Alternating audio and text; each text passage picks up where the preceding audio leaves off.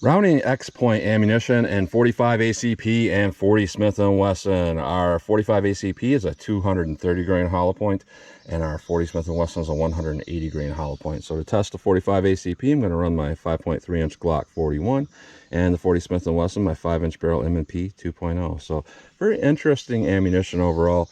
It looks very similar to me, the way the bullet's designed, to a Winchester white box, just the way the cuts are on the bullet and everything. But this one has an X pattern, or I like to say a cross pattern in there, assumingly to prevent that hollow point from getting clogged. So our 45 ACP is rated at 920 feet per second, 432 foot-pounds energy. Our 40 Smith & Wesson here is rated at 1,025 feet per second, 420 foot-pounds energy. So interesting what they say here. X-point technology guards hollow point for consistent expansion and penetration, rapidly transfers energy to the target, form metallic hollow point for consistency, toughness, and reliability. So very interested in testing this because I've never tested a Browning ammunition before. So we're going to go through the chronograph, see what kind of velocity and accuracy we get at the same time. Then I'm going to do my 10% clear ballistic test. We're going to go into the plain clear ballistics to see what the best potential of those cartridges are. We're not going to have any denim on that first shot because we want to, not clog a hollow point, see how it's supposed to perform.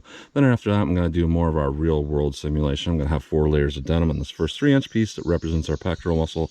After that, I'll have a 1/4 inch medium density fiberboard to represent hitting ribs or sternum. That'll be more of our real world simulation. And then, as always, I'm going to shoot up my steel target to see what kind of practical accuracy and shootability I can get with these. So let's get started with this test. All right, first up through the chronograph, we have our 40 Smith & Wesson 180 grain, rated at 1,025 feet per second. Let's see what I get here from about 5 yards from that target, 4 yards from the chronograph. Let's see what we get here at 40 Smith & Wesson, see how close we get to 1,025 feet per second. 1,067. 1,059. 1,042. 1,046. 1,044. So we were above rated velocity, which is not typical for a lot of ammunition nowadays. So I'm surprised by that. Now our 45 ACP is rated at 920 feet per second. Let's see what we get with this.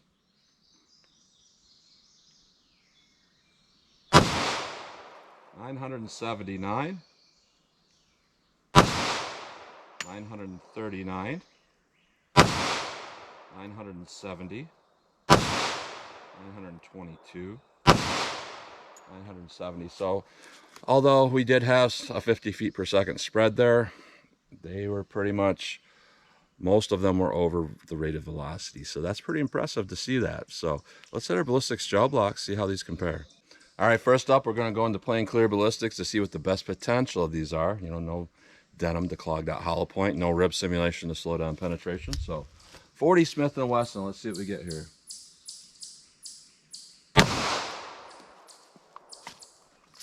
All right, let's hit that with our 45 ACP. Let's go take a look.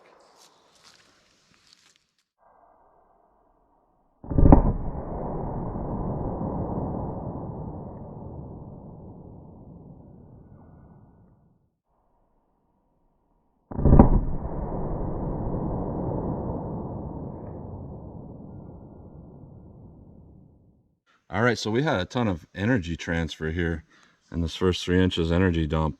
Really a good amount here, 40 Smith & Wesson, but the 45 on top actually looks a little bit bigger, which is interesting. And when you look here, same kind of thing going on as we go through here. And we got very similar penetration. But what we got here with our 40 Smith & Wesson is a really good cutting pattern. A lot of people like to tell me, oh, you can't tell in clear ballistics, if it did damage or not because it's not organic. But if you look at this up close, the camera probably can't pick it up, but you can see these cut patterns in it. And I only see that when we look at bullets that are actually expanded big with a very hard copper jacket kind of ripping. So when I look at this, I can tell that did a ton of damage. I can see that ripping, spiraling. So what we got here with our 40 Smith & Wesson is we did get some bullet to suck back there a little bit. Whenever that happens, it means the bullet expanded to over 60 caliber in my experience. And you know what happens is that hole is opened up a little bit at its maximum penetration depth, and then it just kind of rolls back in it because that hole opening in that it tore through there is so big. So what we got with our 40 Smith & Wessons looks like big expansion and 15 and 3/4 inches of penetration. Our 45 ACP actually has more damage in there, and it almost looks like from here the bullet's not as big as the 40, but it's really hard to tell from that angle. But there is just a little bit wider of a path there going on. And what we got with our 45 ACP is about 15.5, so about a 1/4 inch difference there. So at least in plain gel, these performed quite well. So let's put on our denim, put in our MDF, see how they can compare it in more of our real world simulation. All right, 4 layers of denim, 3 inches of clear ballistics, a 1/4 inch medium density fiberboard to represent our ribs. This is where sometimes bullets have trouble defeating this test. So let's see what we got with our 40 Smith & Wesson. All right, let me set that back up. We'll hit the 45 ACP now. All right, same test with our 45 ACP. Let's see how this does. Let's go take a look.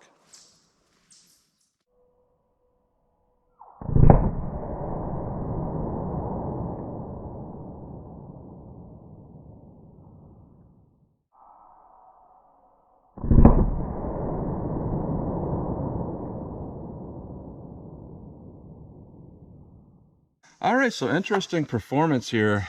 I see something really big right off the bat here that we need to discuss here. With our 40 Smith & Wesson down here, after going through the denim, we can still see some energy dump, which would indicate some expansion. Up here with our 45, we don't see that, which would indicate it's really not expanding. And when we look at our medium density fiberboard here, with our 40 Smith & Wesson here, we can definitely see that that expanded more than the 45 ACP up here. So what we're seeing here though is both of those tracks though do look like they have expansion going on because those paths are pretty wide. So what we got with our 40 Smith & Wesson is definitely over penetration, but that's definitely a really good damage path going on. It looks like we have acceptable expansion, what I would consider acceptable. It looks pretty good, not super huge, but we're looking at about 21.5 inches of penetration. So a little bit over penetrating, but really not. I don't think that would pass through an average American attacker with how big we are. Now when we look at our 45 ACP, I do see some issues here where it looks like it expanded less. We're at about 25 3/4 inches of penetration, which is definitely over penetration. But it's interesting here because we still got really good damage up here. Another thing that's interesting is the hype about that X point, you know, preventing issues. Really, it didn't work. So it's interesting here. I would say overall it's good ammunition, but when we put more of that denim and that barrier in the way, you know, especially the 45 had a little bit of issue with it. Now, am I gonna say this is bad ammunition based on that? No, because we got a lot of tearing damage going on, a lot of damage going on, even if this didn't expand really that well. And our 40, I would say, is acceptable overall. And did a little bit better, at least in 5-inch barrels. Now, if you had shorter barrels, they might not perform that well, but at least in 5-inch barrels, it looks like they did okay. So I'm going to say our 40 is okay. Our 45 has a little bit to be desired, but it's not too bad. So let's take a close-up look at these, and I'm going to shoot up my steel, see what kind of practical accuracy and shootability I can get with these. All right, so here's a close-up look at these bullets pulled from the gel, and these are from our plain gel with no denim or MDF in the way. And here is our 40 Smith & Wesson. You know, these have really sharp petals that hurt to touch them. And that's what I was thinking when I saw that damage. You know, there's a lot of tearing going through. And that's generally from a real true jacket. And this is a very tough jacket. This is not some sort of plating or something like that, the way like Spear Gold Dot does. That is a very hard jacket, and we have really good expansion here with our 40 Smith & Wesson. With our 45 ACP, it's even bigger expansion. A lot of energy dump.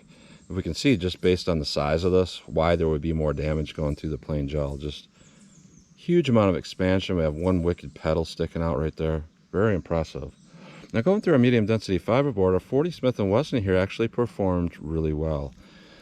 I see this type of performance where it just gets a little bit smaller with most of the ammunition I test. Like Spear Gold Dot will do the same thing when we go through MDF, and HST does a little bit, not quite as much as this, but you know, we often do see that we shrink it down. And that looks like it performed overall pretty well through the 5-inch barrel.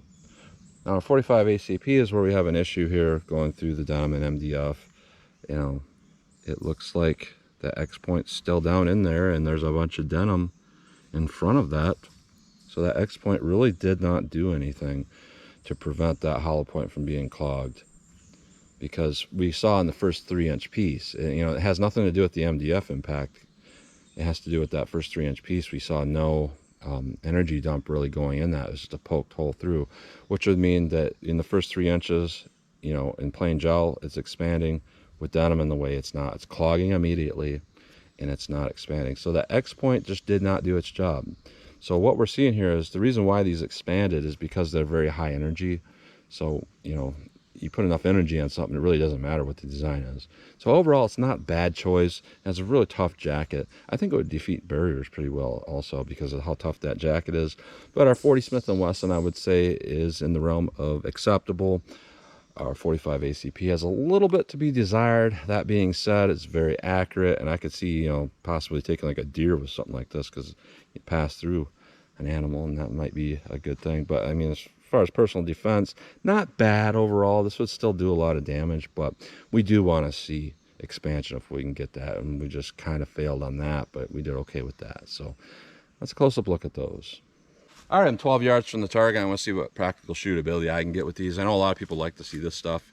You know, 12 yards is kind of the outer limits on what a lot of people are going to want to know how these perform. So they're probably just want to see what kind of, you know, practical recoil and shootability and all of that I can get, or what kind of recoil I should say, and practical shootability. You know, sometimes when I'm doing these chronograph sessions, when I started my videos, I do let the muzzles rise quite a bit, and there's a lot of people that kind of comment on that, like, you can't control recoil. And it's like, no, I'm just letting the muzzle jump however it wants to jump, because I'm trying to not hit my chronograph. But when I'm doing something like this, I'll control it better. So I'm gonna get a sight picture, hold center mass, pop off whatever's left in this pistol, and see how they shoot for me. So 40 Smith & Wesson, let's see what these do for me.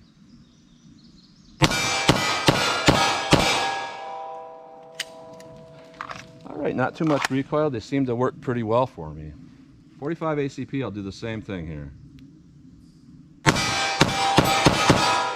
right, a little bit more recoil, but I'm gonna say a hell of a lot more energy transfer on target. So let me back it up from some distance and see how they continue to shoot for me.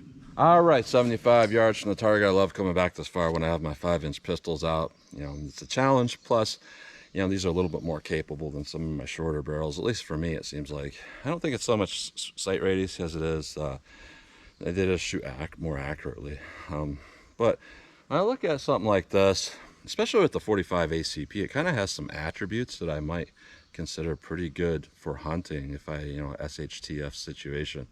Gotta take a deer or something, you know. I think that some of these would do pretty well, especially that 45, but you know, it's not unheard of to need a personal defense shot from that distance. But I know it's not practical, but let's see what I can do here. 40 Smith & Wesson, see if I can make any hits on the target.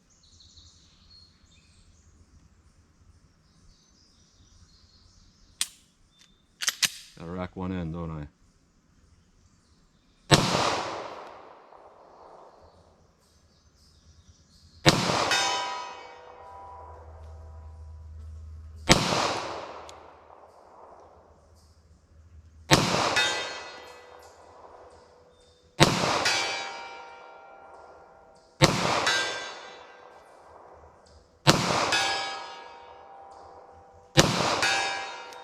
All right, those actually group pretty well for being a pistol at that distance.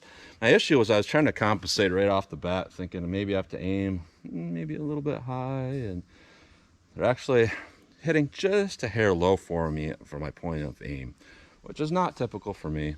Generally, they hit right where I aim, so just a tad low. So our 45 ACP here, let's see how these shoot for me.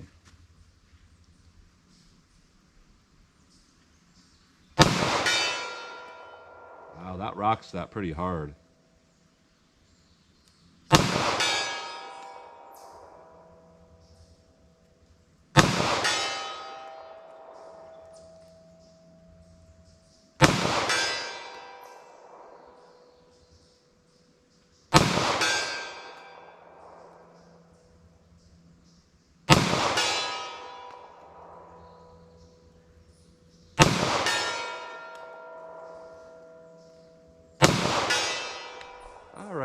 it's hard for me to tell where those hitting. It looks almost like there's a headshot there, but then there's also some going low. So I'm going to say pretty much I think those are hitting point of aim as well.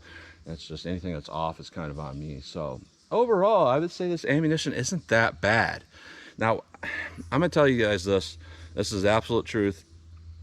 When I do these ammo tests, it's very rare, extremely rare, that I will look at somebody else's videos and test of these and see what they got, and then, you know, determine if it's something I should buy or something, because that takes away the fun for me. I like to buy something without ever seeing any footage on it and test it and be surprised when I see the results. But after I purchased this Browning X-Point ammunition, I was so curious.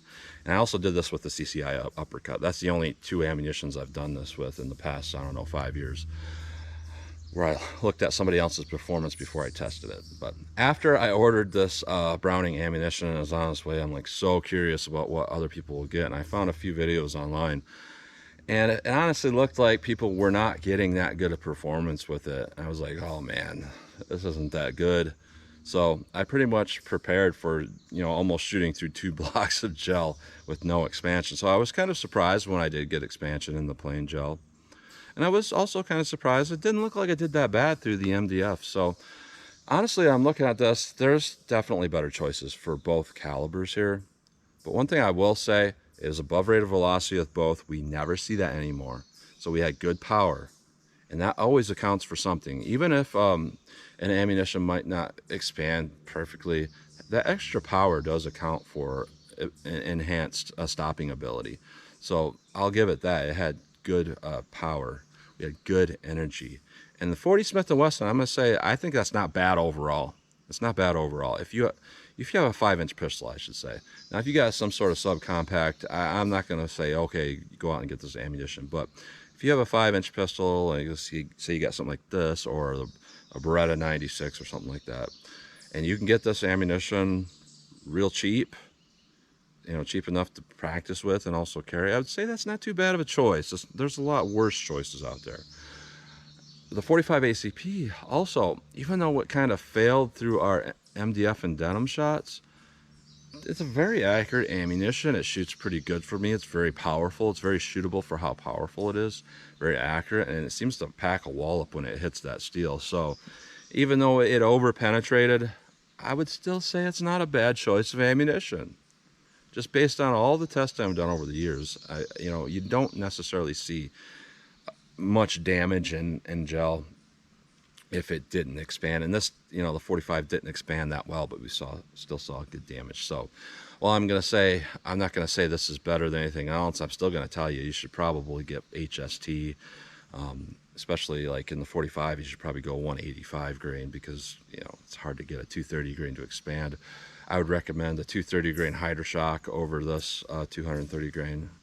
And there's also a lot better 40 Smith & Wesson choices out there, but not bad. It's not bad. So that's what you get today. So as always, comment, share, and like, and thanks for watching.